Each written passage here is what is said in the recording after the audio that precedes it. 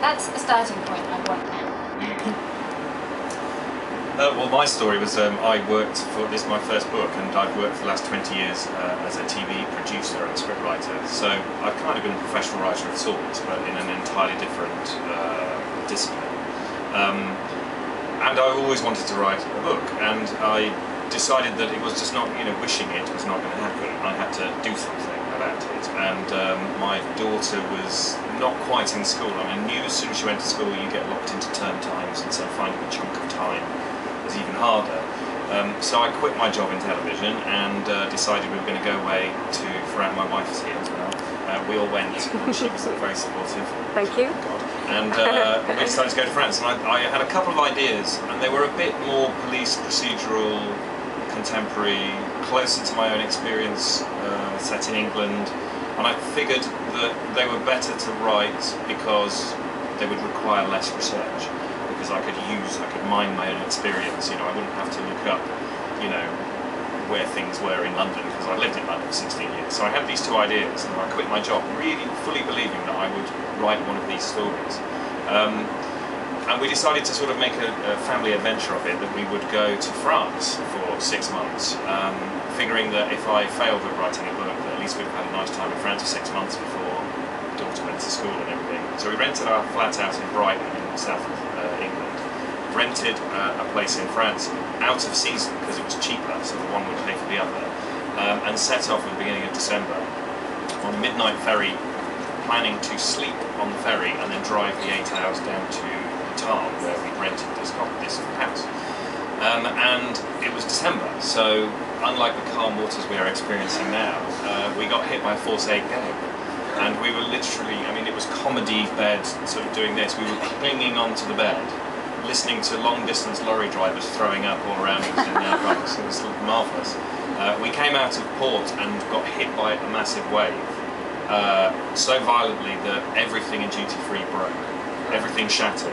So not only were we all feeling sick, but there was the smell of every perfume you've ever smelled, every whiskey you've ever bought, and diesel fumes, with a faint whiff of vomit surrounding you, and it was just like we couldn't sleep. So basically, we just, we survived. We arrived in Dieppe about 5 in the morning, with all ideas of driving to the south of France to get there in time gone. And we just limped inland to look for a hotel, and we got to Rouen, which is an hour inland, and just got a cheap hotel. But it was dawn, and the storm had blown out. It was a very clear sky.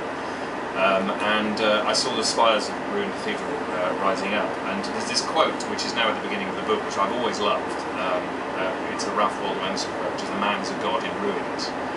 And the whole notion of ruin, and this, I suddenly had this idea, and the end of what is the book, of the first book, came to me.